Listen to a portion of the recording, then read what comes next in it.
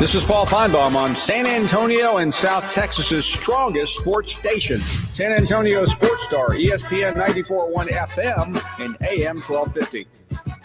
It is the Blitz here on San Antonio Sports Star, 94.1 FM, AM 1250. Along with Joe Reinagle, I'm Jason Minix. Growing up in Copperas Cove, Texas, I lived on Manning Drive. Down the street about 6 houses was one Hal Mumme. My brother and I used to have to cut his grass, and we were running air raid, I think, in the streets of Manning Drive before it became a very famous offense amongst, college and pro football in every high school, it seems now. And Hal Mumme left Copperas Cove, went to Iowa Wesleyan, connected with Mike Leach. Hal Mumme joining us now. Coach, appreciate you taking some time on what I know is a very tough day, and I wish it were under different circumstances, but nobody goes back further with Mike Leach than Hal Mumme. Well, I'm happy to do this for Mike. Anything to honor him is good, Jason, and it's really meaningful since it happens to be your show. I still haven't found anybody to cut my grass like you did. I credit my dad because those lines always had to be straight and edged perfectly. That's kind of how it goes. Right. Coach, through the years, I've heard so many stories about how you and Mike Leach, when you connected, because he had just graduated law school and decided he wanted to be a football coach. How did you two talk about the beginning of that relationship? Well, Mike had been out of law school about 2 years, and as soon as he graduated, he went home and told his wife he decided he didn't want to be a lawyer. He wants to be a football coach. So poor Sharon had to adjust, and he went to substitute teaching and coaching at Cal Poly for zero money. And then he did that for a year, and then they gave him a job at College of the Desert. And I think he made $6,000 there, and he had to watch the rec gym at night. And he read somewhere that this high school coach from Texas got the Iowa Wesleyan job, and then I was going to run BYU type attack. And so he sent me a resume. And Iowa Wesleyan, as you well know, Jason, was so bad that no high school coach from Iowa wanted the job. That's why they got one from Texas.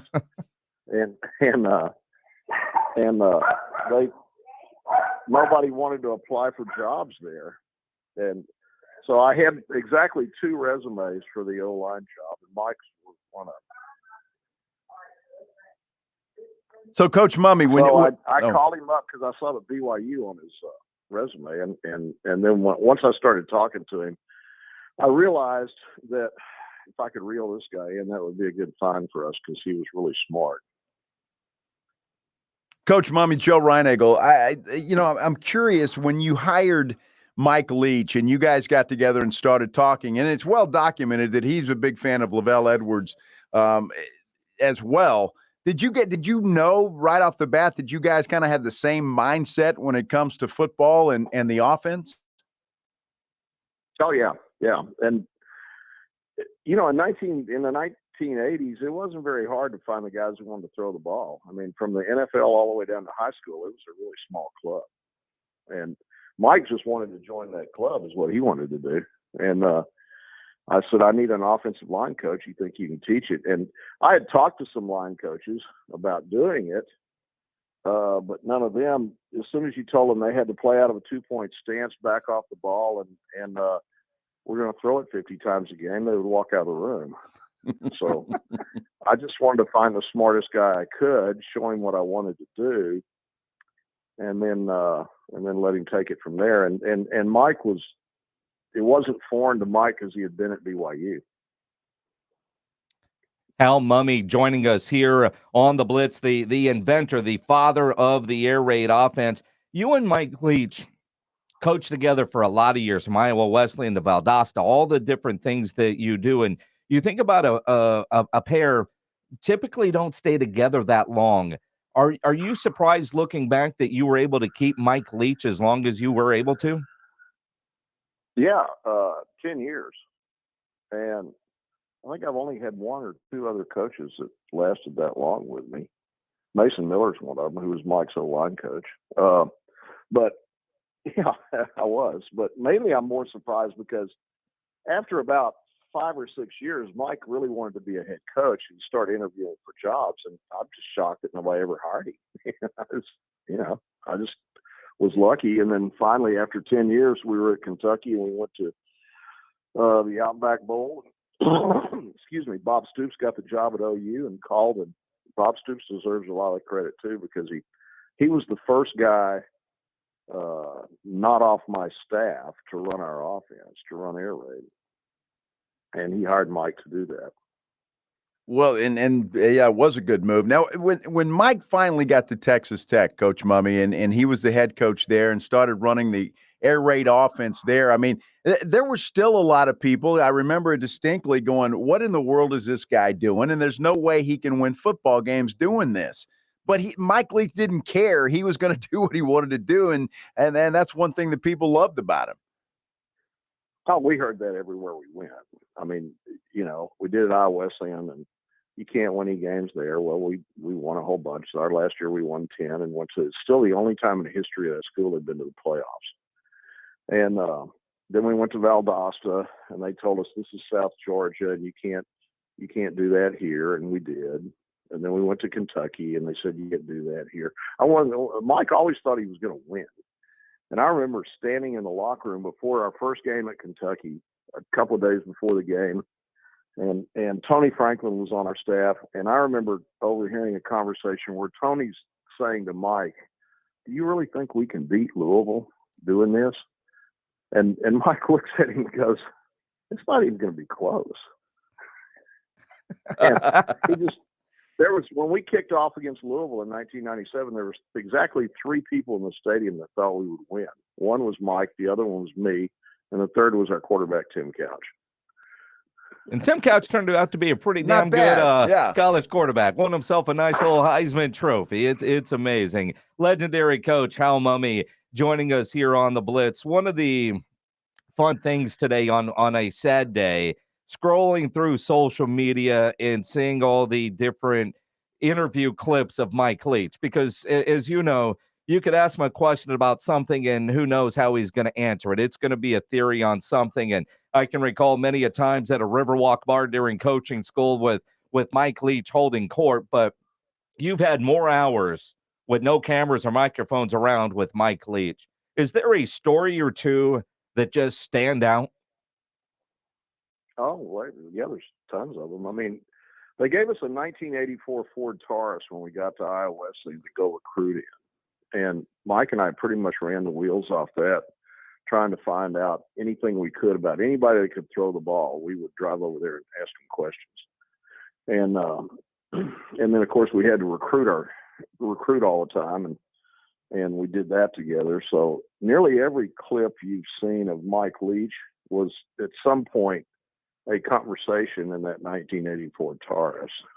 And it was, I learned after a very short period of time that there was 2 things that triggered Mike. One was he buff at music. And then Mike would go into a soliloquy about what each song meant. And the second one was, all you had to do was, if you wanted an interesting conversation, just pick out some topic you wanted to know about and then give it to him. And then he might not answer your question, because you may end up on if you're asking something about fishing, you're probably going to end up talking about the Civil War. Coach Mumme, I've got to ask you, because I know that you and Coach Leach were very close. In fact, I think I heard you say that you were like brothers, the two of you. Can you tell us, and I don't want to get too personal, but the last time you spoke with Mike Leach? Well, I got back 2 days ago I was in Mexico for 10 days, and I talked to him right before I left to go down there and ask him how he was feeling. We had talked at Thanksgiving. I went to 3 games this year too, at Mississippi State, so I saw him at all those. And I went to spring practice and fall practice, and so I saw him a lot this fall, thank God. Jacqueline and I fortunately got to spend an evening with, we stayed at his house one last spring, and she got to experience watching Mike and Sharon banter. People don't realize how quick-witted his wife was, and how they were best friends since college, and it was fun to be around them because Mike would go off on one of his story tangents someplace, and Sharon would immediately, in kind of a quick-witted fashion, bring him back to earth. They were a fun couple to be around. It's definitely a surprise and shocking news, Coach. And quite frankly, I got to ask, how are you doing? Well, it's like a death in the family, but we'll get through it. God controls this. Nobody gets out of here alive. So, to me, it's always been about your quality of your life, not the length. And Mike certainly squeezed a lot of quality into 61 years. Well, I'll tell you what, Coach Mumme, I think everybody's very sad today. I know I certainly am, but I have to ask you on a lighter note, what kind of football player was Jason Minix? Coach. Very good. He practically led you. I think his picture is next to mine in the Coppers Cove Hall of Fame. I'm sure it is. It's yours. It's RG3, Peanut Tillman, and then when the wall ends, mine's on the other side somewhere, and it fell off behind the door. Yeah, the great Jack Welch, who was the coach there for what, Jason, 24 years? Something like that. Yeah. Yeah, I mean, he did a good job kind of promoting everybody that ever come through Coppers Cove. Well, but I go back to, Joe can make fun of me, but your air raid offense took advantage of what a 5'7", 150-pound wide receiver could do, right? I mean, that's right. And we would run that. Look at Wes Welker. You were the first Wes Welker. Don't go telling stories. Oh my goodness. No. Well, I appreciate you taking up for your guy, Coach. But again, though, as a 5'7" wide receiver, I could play in his offense. Yeah. They just never threw me the ball, but I could play. Story though, I'll tell you a Leach story.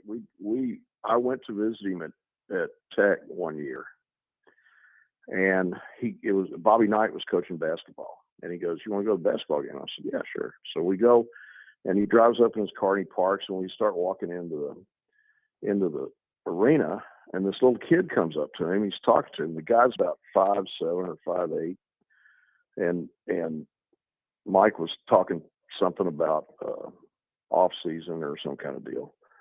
And then he leaves, and I go, "Well, Mike, who's that?" And he goes, "Well, that's Wes Welker." I thought he's the team manager or something. But what a great player. And then a few years later, when he gets to the Patriots, where I'm watching Monday Night Football, and Mike was watching the same game. He was in Lubbock, I was in Las Cruces, and we called and we were talking. I said, "A lot of this stuff looks awfully familiar." And Mike says, "Oh yeah, they always call down here for film." He said, "I'm pretty sure Wes Welker is the offensive coordinator of the Patriots." That is awesome. That is awesome. Coach, great catching up with you today. I wish it were under different circumstances. Yeah, me too. Appreciate it. But we need to celebrate his life. He was a great man. He certainly was. My condolences to Darren and the whole family.